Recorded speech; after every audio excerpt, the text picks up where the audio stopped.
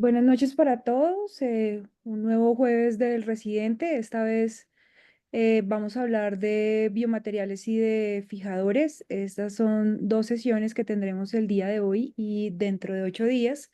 Y con estas dos sesiones cerraríamos nuestro primer módulo de generalidades de nuestra primer sesión o de nuestra primera edición del jueves del residente. Quiero darle la bienvenida a las expositoras y recordarles que si completamos el cupo de los participantes en el Zoom, iniciaremos la transmisión en vivo en nuestro canal de YouTube. Estaremos mandando el link de YouTube a través de nuestros... a través de nuestros chats con nuestros aliados. Bueno, entonces tenemos a la doctora María Paula Gómez y a la doctora Valentina Valderrama. Ellas son residentes de segundo año del programa de cirugía general del Hospital Universitario Clínica San Rafael y nos acompañan como tutores el doctor Juan David Martínez, conocido por todos, cirujano laparoscopista de la Universidad CES, diplomado de pared abdominal FUX y Sanitas, cirujano laparoscopista IPS Sura, miembro de Acodernia de Medellín, Colombia. El doctor Felipe Vargas, cirujano general de la Universidad del Rosario, especialista clínico de Solventum. Y la doctora Carolina Díaz, cirujana general de la Fundación Universitaria de Ciencias de la Salud, diplomada de pared abdominal de la Asociación Mexicana de Hernias, coordinadora de especialidades quirúrgicas de la Universidad Tecnológica de Pereira. Quiero darle la bienvenida a las doctoras y pues dar inicio a la sesión del día de hoy.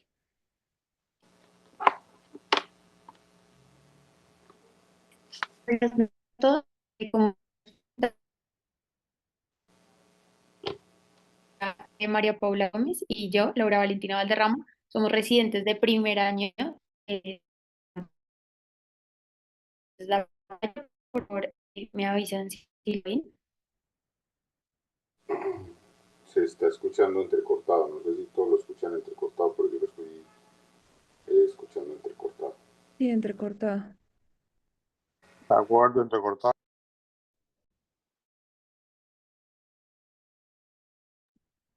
Ahí me escuchan aún entrecortado. Ahí está mejor. Ya mucho mejor. Perfecto. ¿Y ven mi pantalla? No. Mm,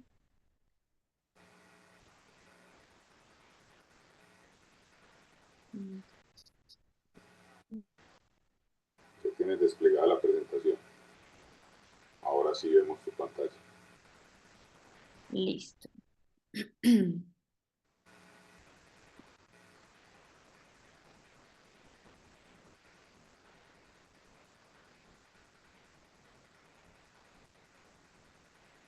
Listo. Ahí ya ven la presentación. Sí, doctor, ahí está. Listo, entonces, como les había dicho anteriormente, el día de hoy vamos a hablar de biomateriales en cirugía de pared abdominal, características y propiedades. El siguiente vez vamos a hablar de los métodos de fijación. Entonces, para iniciar, algo de introducción, es importante hablar que durante casi 80 años se han utilizado para reforzar los diferentes defectos de la pared abdominal. En 1940 se inician el uso de mallas de plata y tantalio. Hacia 1950 ya empiezan a usarse las mallas permanentes de polímeros sintéticos. En Estados Unidos, aproximadamente más de 1 millón de los pacientes son tratados por defectos herniarios de la pared abdominal con uso de mallas y el uso de estos biomateriales protésicos pues van a disminuir la tasa de recurrencia de forma significativa. Los defectos herniarios grandes tienen tasas de recurrencia de hasta el 25% con cirugías previas y la incidencia de la hernia incisional es de hasta el 20%. Ante estas incidencias es que el uso de las mallas ha venido en aumento. Adicional a eso, se van a poder implementar en diferentes posiciones, como lo vamos a ver más adelante, pero hablamos principalmente de dos: overlay, que es la implementación de la malla en el plano músculo aponeurótico como un refuerzo facial, o el underlay, que ya es en una posición ya sea preperitoneal o intraperitoneal. Ya para hablar un poco de la clasificación de las mallas, hay una clasificación muy reconocida que es la de Dicken y Lake, la cual va a tener diferentes caracterizaciones. La primera va a dividir las mallas en la composición estructural del material. Entonces vamos a hablar principalmente de tres: los polímeros sintéticos no absorbibles, los polímeros reabsorbibles y los tejidos biológicos. Adicional a eso, lo va a dividir si esta malla va a contener recubrimiento de la barrera o recubrimiento o barrera. Esto lo que va a hacer es que va a minimizar la adhesión tisular. Cuando hablamos de los recubrimientos, hablamos de las superficies de la fibra individual. No está en los poros, solo en las fibras, mientras que la barrera está aplicada en toda la superficie de la malla. Esa es la principal diferencia. Adicional a esto, los recubrimientos pueden ser compuestos o no compuestos. Los compuestos es que van a tener una capa antiadherente, la cual se adhiere a la malla por medio de un sellado al vacío. Y tenemos las no compuestas, que son simplemente una lámina de andamiaje que van a tener propiedades antiadherentes, ya sea porque tiene una superficie lisa o poros pequeños. Y luego vamos a tener también la clasificación si estas mallas contienen material de refuerzo. El material de refuerzo, como lo vamos a ver más adelante, son los que permiten la adecuada absorción de la misma, transferencia gradual de carga de la malla al tejido receptor, para que posteriormente, ya sea posterior a su absorción, pues la fascia o la pared que estamos cerrando pues tenga una adecuada cicatrización. Entonces, esta imagen, es un segundo, yo hago eso. Esta imagen nos muestra la clasificación que anteriormente les dije y que más adelante pues vamos a especificar en cada uno de los tipos. Sí. Listo. Luego entonces tenemos otras clasificaciones. Esta clasificación es parte de la Sociedad de Pared Abdominal de España, que también, como vamos a ver más adelante, nos va a hablar de si las prótesis son reticulares, laminares, cuando hablamos de prótesis poliméricas o sintéticas. Entonces, cuando hablamos de esta clasificación y hablamos específicamente de las sintéticas, vamos a hablar cuando estas son reticulares o laminares. Las reticulares son las que tienen poros entre 1 a 4 milímetros, y esto pues va a tener diferentes características. Por un lado, que van a tener una óptima integración tisular, lo que va a permitir que el tejido conectivo rodee los filamentos y genera pues una importante angiogénesis de la misma. Adicional a esto, se dividen según su peso o su densidad. Realmente hay diferentes clasificaciones. Algunas escuelas dividen solo en baja y alta densidad cuando son mayor o menor de 80, pero también vamos a tener esta, que ya es una actualizada, en la que hablan de que una alta densidad va a ser mayor de 80, una mediana densidad va a estar entre 50 a 80, una baja densidad entre 35 y 50 y una muy baja densidad menor de 35. Adicional a esto, debemos hablar del tamaño del poro, que este va a ser independiente del peso protésico. Sin embargo, la escuela alemana dice que el tamaño del poro es el principal parámetro para considerar una prótesis de alta o de baja densidad. Entonces, ellos relacionan el tamaño con la densidad. Dicen que una alta densidad se relaciona con un poro pequeño y una baja densidad se relaciona con un poro amplio.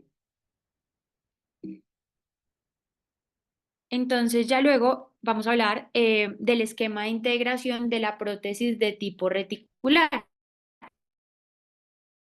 Les traemos este esquema, que es de la sociedad, pues de la revista de España, en la que nos dicen que cómo es el aspecto microscópico de la prótesis, en este caso de una malla de polipropileno en un implante experimental. Entonces, en la imagen A lo que estamos viendo es como F el filamento protésico, y alrededor de él ya cómo se unen los macrófagos y las células al cuerpo extraño y el colágeno, y esto lo que va a permitir a su vez pues va a ser la formación de la angiogénesis alrededor de la malla.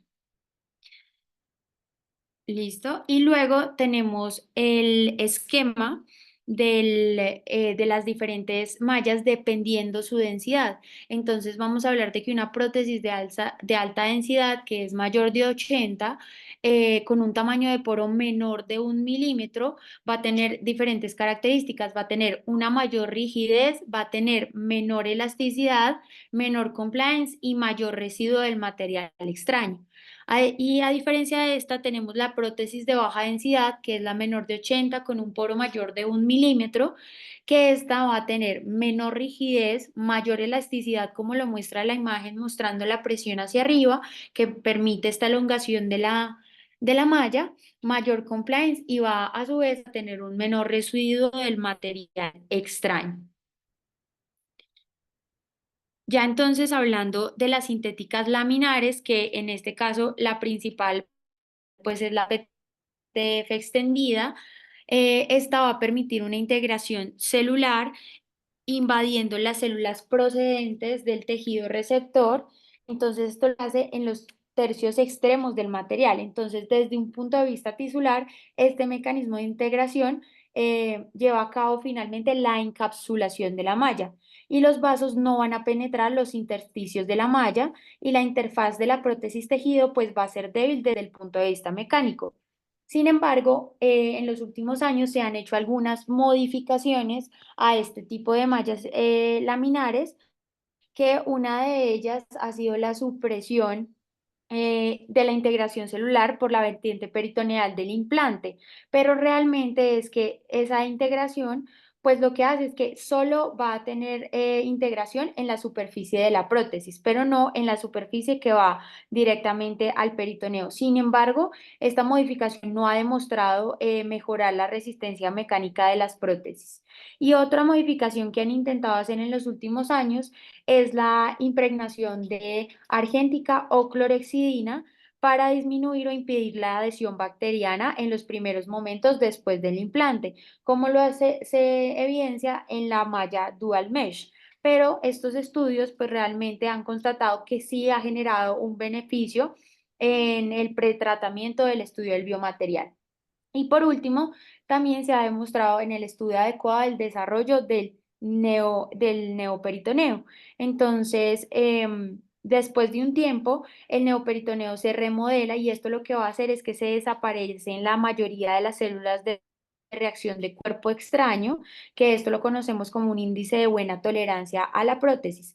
Y los fibroblastos lo que van a hacer en este caso son los que dominan principalmente en este tipo de cicatrización.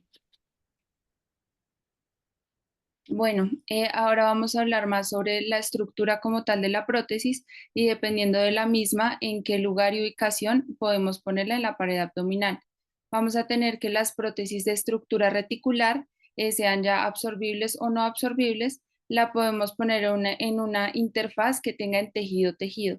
Este tipo de prótesis no la podemos poner en contacto pues con las vísceras o con la cavidad abdominal.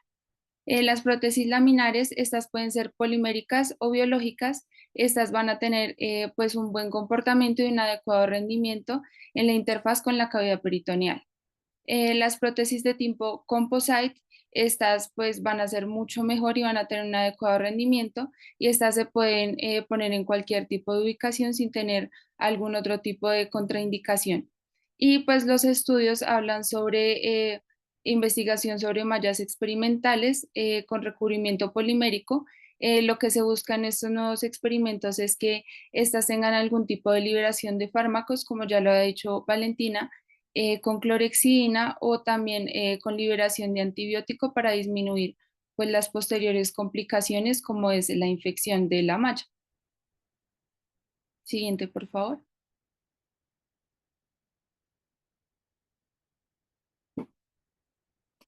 Bueno, entonces acá vamos a escoger pues el tipo de material.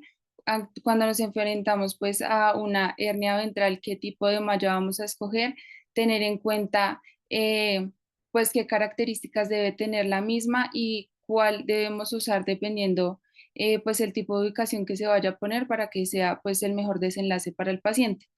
Entonces, cuando hablamos de una malla ideal, ¿qué características debe tener esta? Pues que no sea cancerígena, que químicamente tenga pues una característica inerte, que pues vaya a ser un adecuado material estable cuando tenga contacto con los fluidos, ya sea preperitoneal o en la cavidad peritoneal, que esta vaya a ser resistente a la esterilización y que pues se pueda tener una adecuada limitación en reacción con el cuerpo extraño. Acá les quisimos traer pues un diagrama que pues me llamó bastante la atención en cuanto a el adecuado rendimiento de la malla, qué características debemos tener en cuenta. Entonces, tanto la interacción como los tejidos, como pues el tipo de estructura del material. Entonces, pues tener todo el tipo de que si es macroporosa, microporosa, como ya lo comentó Valentina, las propiedades que va a tener el material de la misma y que dependiendo pues si tenemos una cavidad contaminada, una cavidad limpia, el tipo de malla que vamos a escoger, ya sea biológica o protésica. Siguiente. Entonces, vamos a tener principalmente que haber dos tipos grandes de malla, el de tejido biológico o de polímero sintético. Vamos a hablar rápidamente de tejido biológico y ya nos enfocaremos más en polímero sintético. Tenemos que las características del biológico, pues estas van a estar compuestas de colágeno acelular y estas se van a ir de fuentes halogénicas, principalmente de humanos porcinos o de humanos, de porcinos o de bovinos. Pues estas van a tener principalmente una descelularización y lo que va a causar es que pues extraer la matriz del colágeno teniendo así elastina, laminina, proporcionando un soporte para la repoblación celular y asimismo la neovascularización. Pues ejemplos de donde se extraen este tipo de materiales biológicos es la submucosa del intestino delgado del porcino, pericardio del bovino y en humanos la fascia lata. En cuanto a los polímeros sintéticos, estos son absorbibles o permanentes, son del tipo más usado que tenemos. Van a estar hechas de fibras tejidas de ácido poliglicólico o carboxicelulosa. Estas se van a disolver in vivo a medida que van a tener pues, el contacto con la pared abdominal y van a integrarse. Los materiales más usados de los que van a estar compuestos estas mallas pues van a ser el polipropileno, el poliéster y el politetrafluoretileno. Siguiente, por favor. Ahora vamos a hablar de pues, los materiales de las características de cada uno de los materiales. El polipropileno, pues vamos a tener que es el material más utilizado en la fabricación de las mallas quirúrgicas. Es un material muy versátil que pues va a tener diferentes tipos de propiedades que van a tener un muy buen rendimiento en los pacientes. Pues muchos de estos van a ser alta resistencia química, una buena estabilidad y una resistencia mecánica. Pues de las características que les había hablado anteriormente, pues este va a tener que es inerte, hidrófoba, compatible, y resistente a la degradación biológica, ya que las enzimas no van a afectar la estructura química. Esta se va a sintetizar mediante polimerización del polipropileno y la presencia de aditivos va a determinar pues la mecánica del polímero y su estabilidad. Siguiente, por favor. En cuanto al poliéster, esta va a ser una categoría de polímeros que contiene pues el grupo éster en su cadena principal. Se va a sintetizar mediante reacción de alcohol con un ácido carboxílico. Estas van a ser biocompatibles e hidrófilas. La fibra de poliéster es fuerte, va a ser duradera y resistente en la mayoría de procesos químicos. Esta se utilizó por primera vez en 1960 para la reparación de hernias inguinales y abdominales. Luego se demostró que va a tener una mayor tasa de complicaciones y por eso se disminuyó progresivamente su uso. Está demostrado que tiene una tasa de regeneración tisular mucho mejor que las mallas de polipropileno y una degradación hidrolítica en injertos vasculares. Entonces, digamos que este tipo de degradación hacía que hubiera un mayor tipo de complicaciones y este también fue un motivo para disminuir su uso progresivamente durante el tiempo. Siguiente, por favor.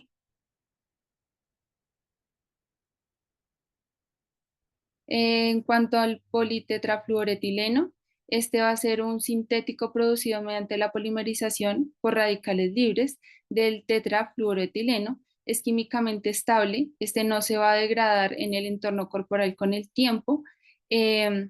Pues se fueron detectando alteraciones superficiales en prótesis como fragmentaciones, líneas de fractura, desprendimientos superficiales, debido a la cantidad de infecciones e incidencia de las mismas durante la implantación a largo tiempo. Va a tener un coeficiente de fricción muy bajo, ya que tiene pues una baja tensión superficial, y este es altamente hidrófobo, contrario al polipropileno y al poliéster. Siguiente. En cuanto al fluoro de polivinildileno, este va a ser termoplástico, va a ser inerte y puro, se va a producir mediante la polimerización del diofluoruro de viniledileno, va a presentar diferentes propiedades físico-químicas, este va a ser resistente a la hidrólisis y pues va a mostrar una gran bioestabilidad y durabilidad. Algo que hay que destacar en este tipo de material es que conserva el 92.5 de resistencia original después de 9 años de su implantación, lo que le va a conferir pues una gran resistencia. Siguiente.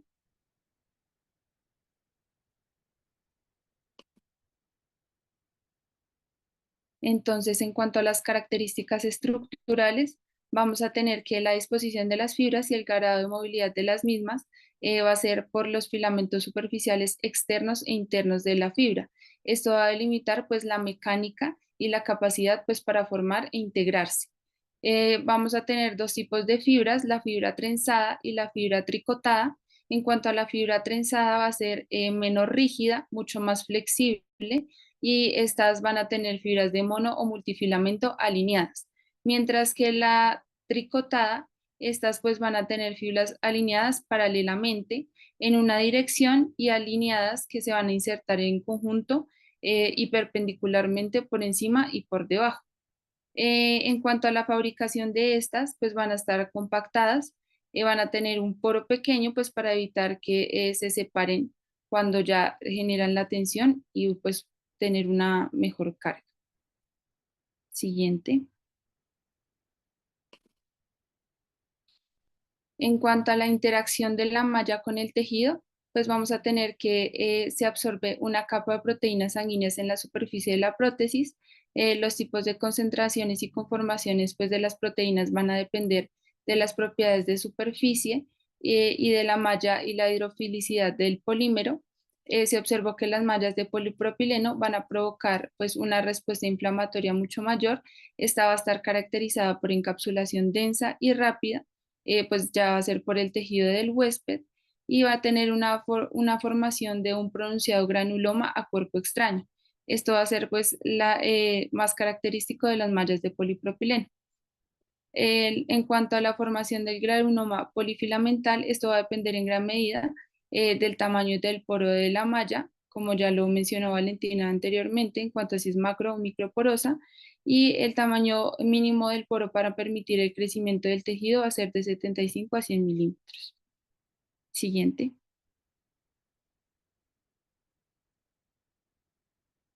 Y ya para finalizar, pues en este pedacito quería traerles este diagrama que me pareció muy completo. Es un algoritmo que ya nos va a resumir básicamente cuando nos enfrentamos a una hernia ventral y dependiendo de las características y del tipo de técnica que queramos hacer, qué tipo de material podemos utilizar. Entonces, esto va a depender si tenemos una cavidad limpia o contaminada. En las paredes contaminadas vamos a usar mallas absorbibles. En una pared limpia vamos a ya determinar qué tipo de técnica vamos a usar, si va a ser una técnica abierta o por la laparoscopia.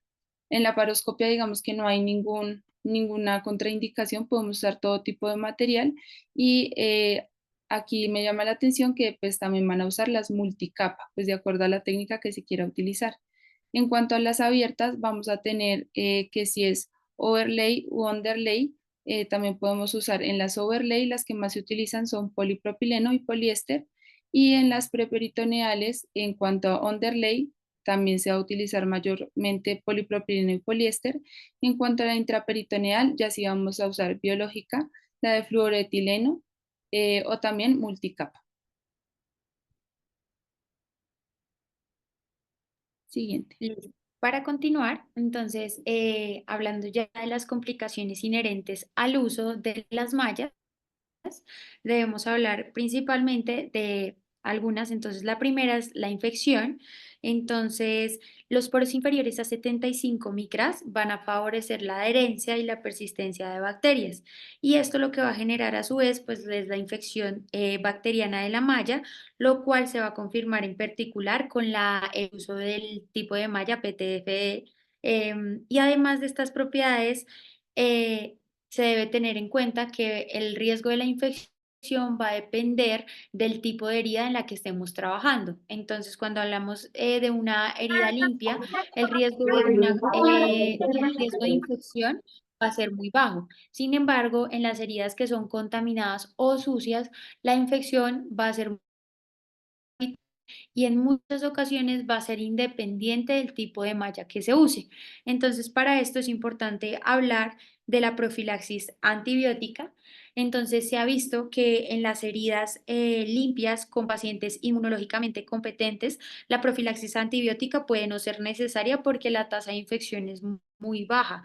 Sin embargo, en las heridas que son sucias de pacientes con defensas o inmunocomprometidos, sí se debe prevenir la infección con la profilaxis antibiótica. Sin embargo, los estudios han demostrado eh, que la profilaxis antibiótica no nos va a impedir el proceso infeccioso ya dependiente de la herida.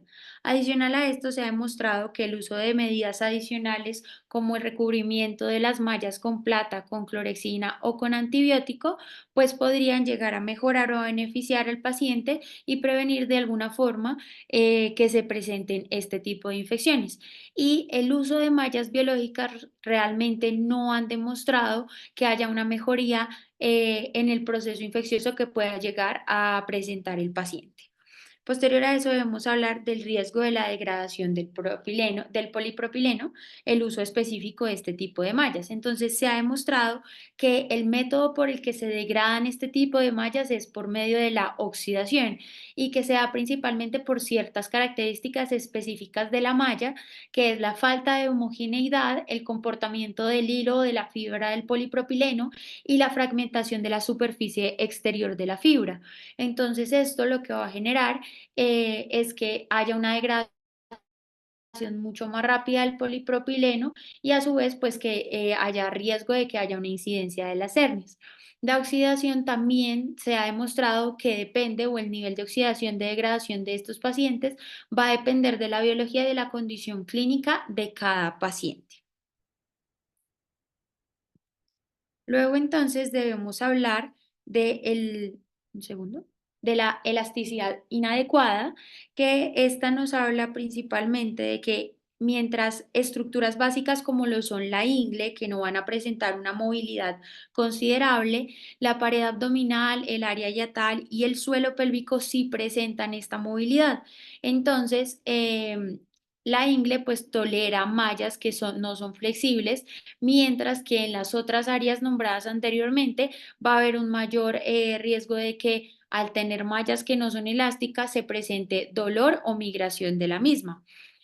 Por eso es que el uso de mallas elásticas pues podría llegar a disminuir la incidencia de estas complicaciones. Sin embargo, la mayoría de los polímeros que son usados en las mallas no son elásticos y esto lo que va a generar es que la em, carga mecánica puesta sobre la malla genere una elongación de la misma, y esa elongación se da principalmente porque hay una deformación de los poros y se estrechan las fibras. ¿Esto qué significa? Que aunque uno use una malla con unos poros grandes, la carga mecánica haga que se deformen estos poros y termines usando una malla con poros pequeños porque la carga hace que estas fibras se estrechen entre sí. Entonces, su uso en las reconstrucciones con hernias bajo tensión, pues van a requerir una alta estabilidad estructural porque esto va a ayudar a evitar el colapso de la malla.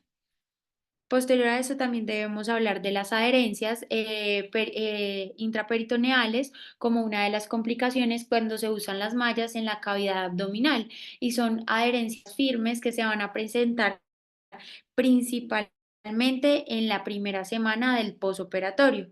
Se ha demostrado que la mayoría de adherencias o hay mayor incidencia en el uso de mallas con polipropileno.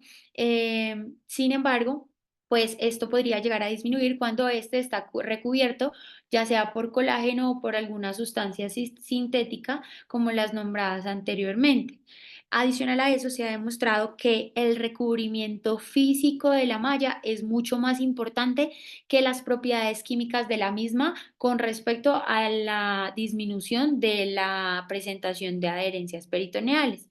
Entonces, en el artículo nos enfatizan en que realmente se debe evaluar la relación riesgo-beneficio en el uso de mallas según el paciente, según la condición clínica del paciente. O sea, se debe individualizar la condición del paciente y de esta forma definir cuál se beneficia del uso de esta malla y cuál va a tener mayor riesgo de que esta malla haga ya sea o una lesión abdominal o que genere adherencias peritoneales. Ya como última complicación, sin embargo, la más grave es el dolor crónico. Entonces, este dolor se puede presentar a las semanas, a los meses o incluso años después en el posoperatorio. Las causas son principalmente dos: el pinzamiento de los nervios, ya sea dentro o cerca del tejido cicatricial que rodea la malla, o los neuromas postraumáticos, que estos neuromas son una masa formada por una lesión nerviosa que generalmente se da pues principalmente después de una cirugía o un trauma, y se produce porque las fibras nerviosas que están lesionadas intentan regenerarse y esto forma una masa cicatricial desorganizada de los tejidos. Estos neuromas pues van a generar lo que ya conocemos como el dolor crónico, puede generar también entumecimiento o parestesias en la zona operada. ¿Qué condiciones van a aumentar la incidencia de esta complicación? Mallas con poros pequeños, que tengan grande, que se realice una cirugía con una gran superficie o que haya mayor masa de tejido cicatricial fibrótico alrededor de la malla. Entonces, ya en la imagen derecha lo que les mostramos es una histología del proceso desorganizado de un neuroma postraumático en donde se ven comprometidas las fibras nerviosas. Y con esto finalizaríamos la revisión de biomateriales de la pared abdominal. La idea es la siguiente semana continuar con métodos de fijación de las mallas y terminar con el análisis de costos de los mismos.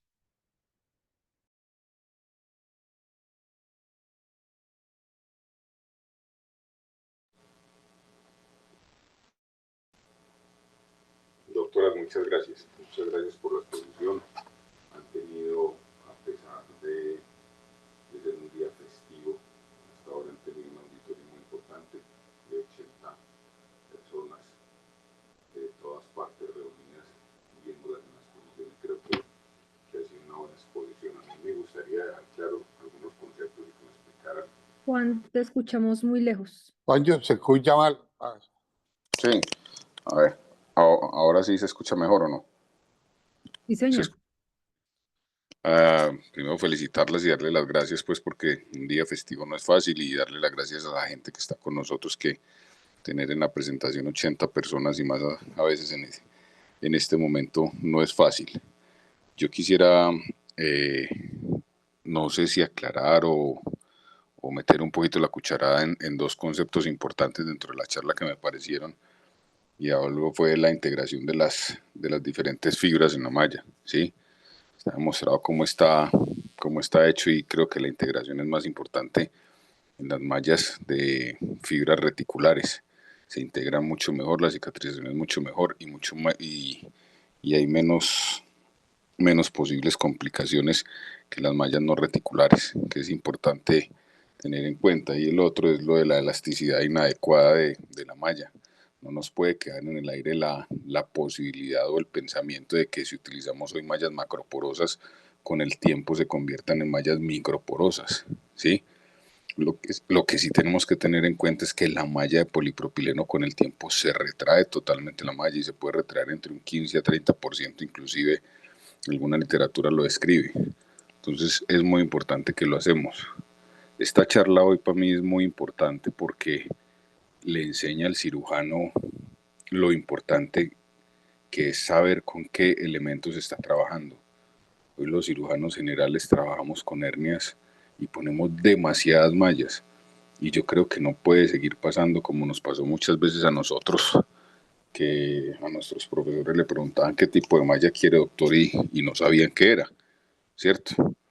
No saben qué están utilizando, no saben qué es una malla macroporosa, no saben qué es una malla microporosa, no saben qué es una malla de alta o mediana densidad, no saben qué es una malla de baja densidad, no saben por qué van a poner una malla de ciertas características o en qué espacio la van a colocar, como lo explicaban las doctoras. Entonces creo que este espacio se torna en una gran posibilidad de que sigamos aprendiendo y sigamos conociendo las herramientas con que diariamente trabajamos y en las que tenemos que acceder constantemente, y que hoy el polipropileno nos sigue dando, a pesar de tantos años de utilización y de tantas cosas nuevas que han salido, la oportunidad de reparar la mayoría, y yo me atrevería a decir más del 90-95% de las probables hernias que necesiten utilización de una malla en la cavidad abdominal. Entonces es muy importante aprendamos a reconocer todas estas características que tienen las mallas, todas estas posibilidades que nos ofrecen las mallas con la integración, las posibles complicaciones, los resultados a largo plazo, las recidivas y la aceptación del huésped como tal para este tipo de prótesis, para que sigamos adelante. Muchas gracias, doctoras, felicitaciones y adelante. Si hay alguna pregunta, por favor, el doctor González o la doctora Andrea nos la vayan manifestando. Tenemos unas preguntas en el chat. No sé Gracias, si Gabriel quiere hacer algunas palabras antes de pasar a las preguntas que tenemos en el chat. No, Andreita, era precisamente de pronto comentar o mandar al auditorio las preguntas que están por el chat. Ok, bueno, una primera pregunta de la doctora Alicia Muñoz. Nos pregunta acerca de la opinión que tenemos acerca de las mallas absorbibles de hidroxibutirato, las mallas FASICS. Yo quisiera que esta respuesta, si es posible, la del doctor Miguel Aguirre de Panamá, que tiene una gran experiencia con esas mallas. Si Miguel todavía está conectado y nos quiere ayudar con esa respuesta, si es posible.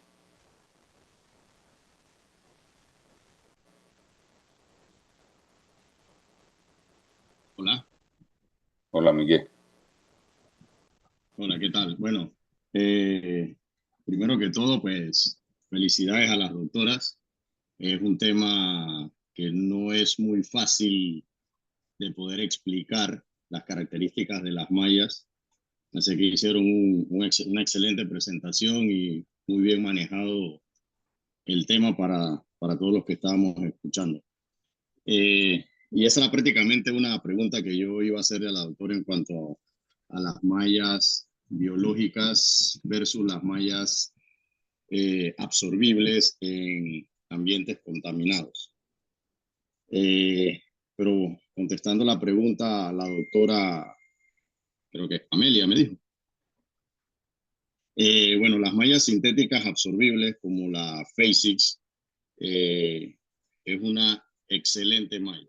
Yo he tenido la oportunidad de utilizar FASICS, de utilizar BioA, que la diferencia pues es el componente de las que están formadas y el tiempo de absorción, ya en que según las casas comerciales son totalmente absorbibles, la BioA en un periodo de 6 meses y la FASICS en un periodo de 18 meses.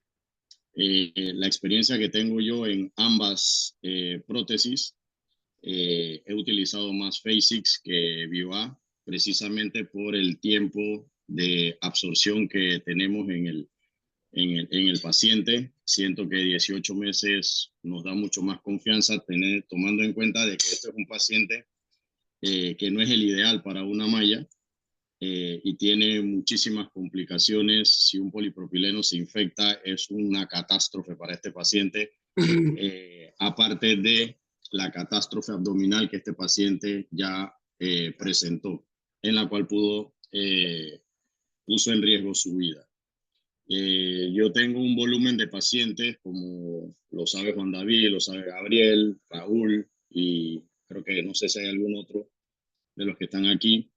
Tengo alrededor de 17 pacientes con catástrofes abdominales, sepsis abdominal, focos ginecobstétricos, focos por dehiscencia de anastomosis, por plastrones apendiculares, y les he dado un seguimiento de 5 años, ya, y cuando decidí utilizar este tipo de mallas, el resultado, como lo saben, esto probablemente podrán ver una presentación más adelante mía, cómo evolucionaron estas pacientes a la cual a 5 años de seguimiento no tienen recidivas, ya incluso demostrado con tomografía. Aquí la única pregunta sería es si en realidad en este tiempo ya no existe prótesis. Pero la única manera de saberlo es que a esta paciente tengamos que someterla a algún otro tipo de cirugía y hacer una biopsia de la pared abdominal, que eso es muy difícil.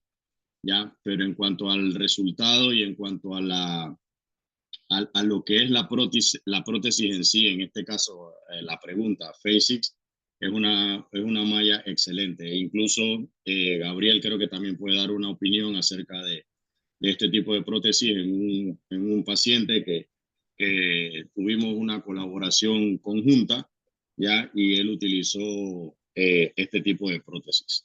Así es que la única diferencia, viéndolo, y habría que evaluarlo en el concepto de que son costosas, habría que ver si en realidad son tan costosas como se dice, si tú ves la ventaja de utilizar este tipo de prótesis en este tipo de pacientes que han sido sometidos a un abdomen abierto por sepsis abdominal, y que a la larga creo que sería más costoso para el paciente utilizar otro tipo de prótesis, o pensar de que luego yo veo qué hago con esa pared abdominal.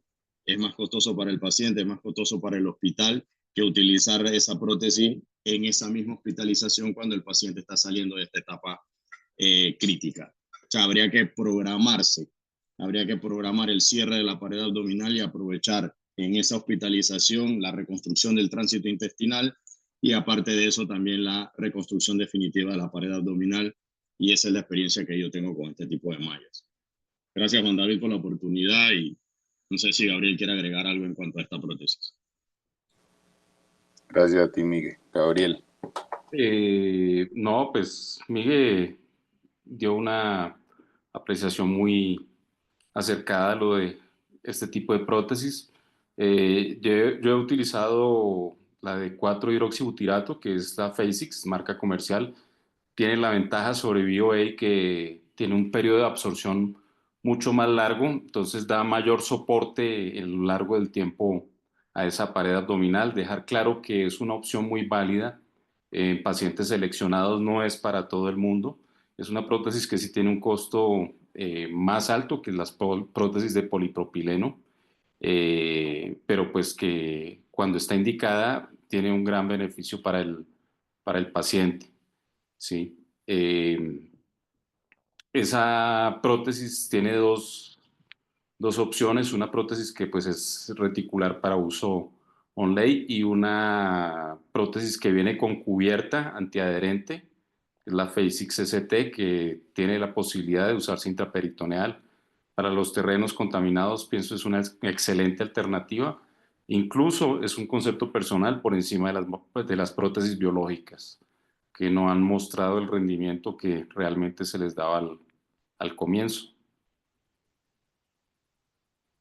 Andreita, había otra pregunta. Sí, estaba el doctor Eddie Mauricio Felipe Hurtarte desde Guatemala. Nos pregunta acerca de las indicaciones para retirar una malla, en qué situación debemos nosotros extraer las mallas, o de qué forma podríamos en ese contexto preservarlas. Yo creo que pues eso, hay una conferencia de salvamento de mallas.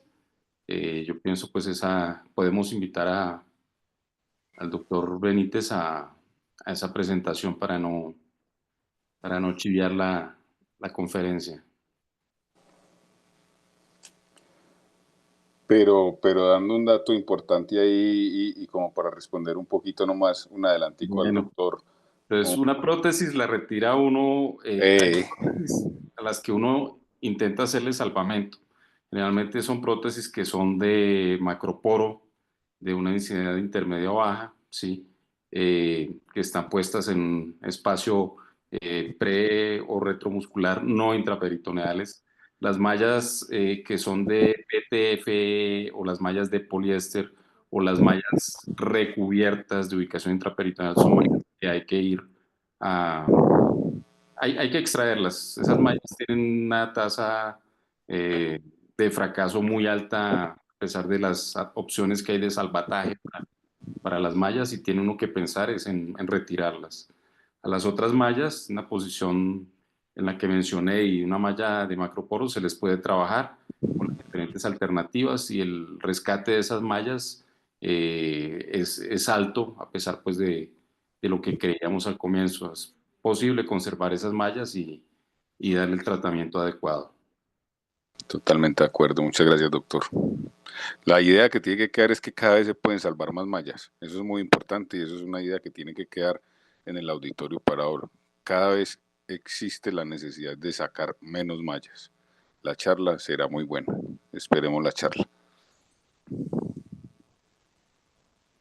Bueno, y hay una pregunta del doctor Benítez, pero creo que el doctor Aguirre la respondió, donde pues nos preguntan cómo sería, pues qué esquema se podría usar mallas absorbibles en un procedimiento contaminado, que sí se recomienda usarlas, siendo la única oportunidad quirúrgica de los pacientes, y en cuánto aumentaría el riesgo de tener un incidente del sitio operatorio con este tipo de mallas en un terreno contaminado.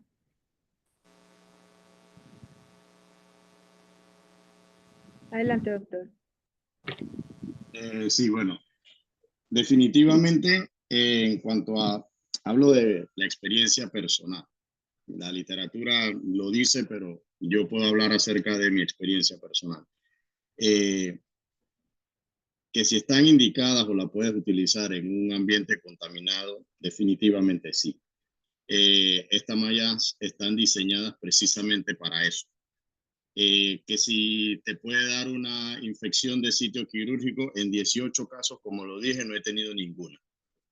Ninguna. Anteriormente, cuando decidía reparar de forma definitiva la pared abdominal en este tipo de pacientes que son pacientes jóvenes, hasta no tener 3 cultivos negativos, cuando estábamos cambiando la terapia de presión negativa y el paciente ya prácticamente estaba fuera de la etapa crítica, yo no me atrevía a utilizar el polipropileno, ya hasta no tener 3 cultivos negativos. Ya cuando inicié a utilizar las mallas sintéticas absorbibles, y en este caso Phase6, ya yo no esperaba cultivos. O sea, yo veía ya la parte donde el paciente prácticamente ya yo podía cerrar ese abdomen y entonces ya yo decidía utilizar la prótesis sin ningún cultivo.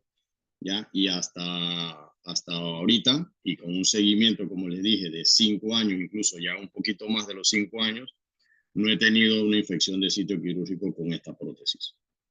Tampoco he tenido recidivas. No sé si con eso contesté la pregunta del doctor.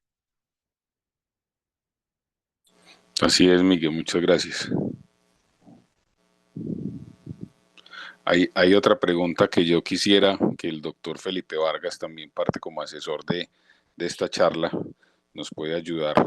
Y vuelve la doctora Alicia Muñoz y nos pregunta, es ¿en qué casos se recomiendan las mallas de baja densidad?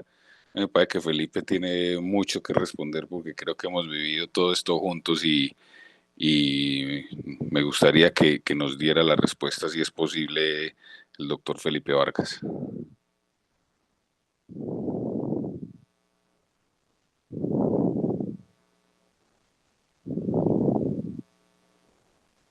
Si está conectado Pipe, yo lo he conectado.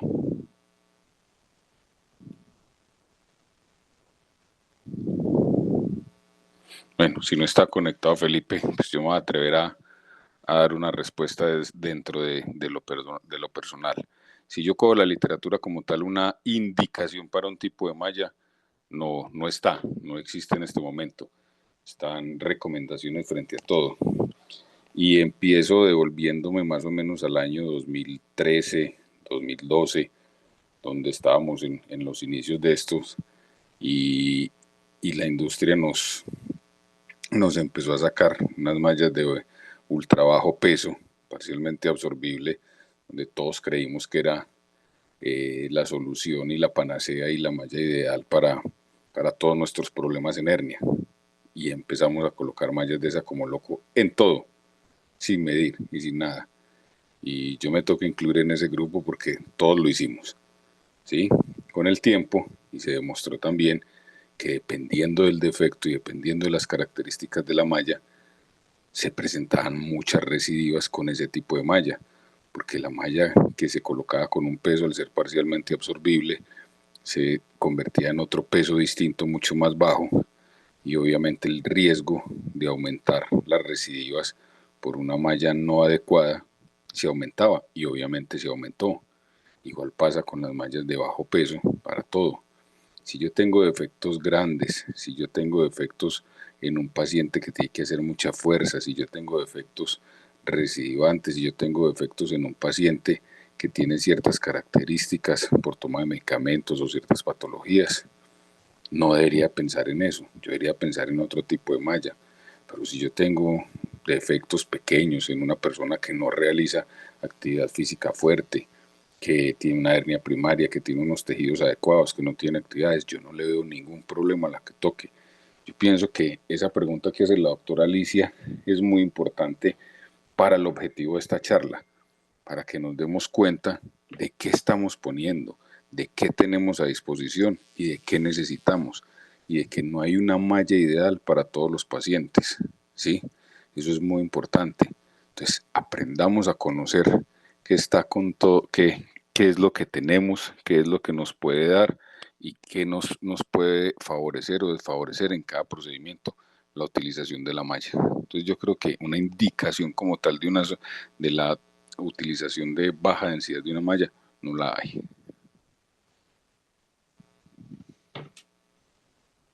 Mari, ¿quieres comentar algo acerca del uso de las indicaciones de las mallas de baja densidad?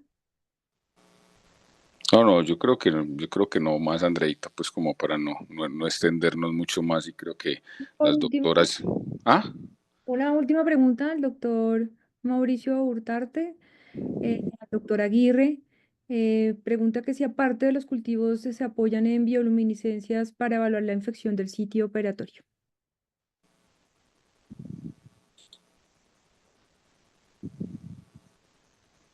Perdona, ¿podrías repetir la pregunta? Sí, doctor. Que si aparte de los cultivos que usted mencionaba, se apoya usted con el uso de bioluminiscencia para evaluar infecciones del sitio operatorio. No, no, me iba solo con cultivo. Bueno, muchas gracias, doctor. Esas son las preguntas que teníamos de nuestros asistentes. No sé si quieras dar algunas palabras, Juan, para cerrar o... No, agradecerle a las doctoras. Me gusta mucho que ellas como residentes de primer año hayan cogido este tema. En serio, me gusta mucho porque ellas desde este momento tienen que saber qué están haciendo y qué van a hacer el resto de su residencia y el resto de su práctica clínica, que es muy importante que conozcan dónde están, que conozcan qué tienen, que conozcan qué van a hacer y por qué lo van a hacer. Las felicito, fue una muy buena presentación, fue un muy buen trabajo, y gracias a todas las personas que nos acompañaron. En serio, como escribí en el chat, es muy importante seguir estimulando la posibilidad de que los cirujanos desde las bases nos sigamos educando y cada vez podamos hacer mejor las cosas. Muchas gracias a Codernia por esta oportunidad, al doctor González, al comité ejecutivo, a las doctoras por invitarnos y por escogernos como sus asesores. Y un placer haber compartido con ustedes. Muchas gracias. Muchas gracias, Juan. Entonces, pues damos por terminada la sesión de la noche de hoy. Muchas gracias a todos por acompañarnos. Me uno a las palabras de Juan y de Gabriel. Una muy buena presentación. Felicitaciones a las dos doctoras y nos estamos viendo el próximo jueves. Una feliz noche para todos. Bueno, feliz noche para todos y un saludo a todos los chicos de el Grupo Iberoamericano que se han ligado a esta presentación. Miguel, Raúl, hola. Saludos y gracias. Bueno, Saludos, Seguimos. Cuadra, saludos a Juanfer. todos. Muchas gracias, que estén bien. Excelente. Saludos. Gracias. Felicitaciones. Muchas gracias a Chao, todos, profesor. doctores. Saludos, Raúl. Esteban.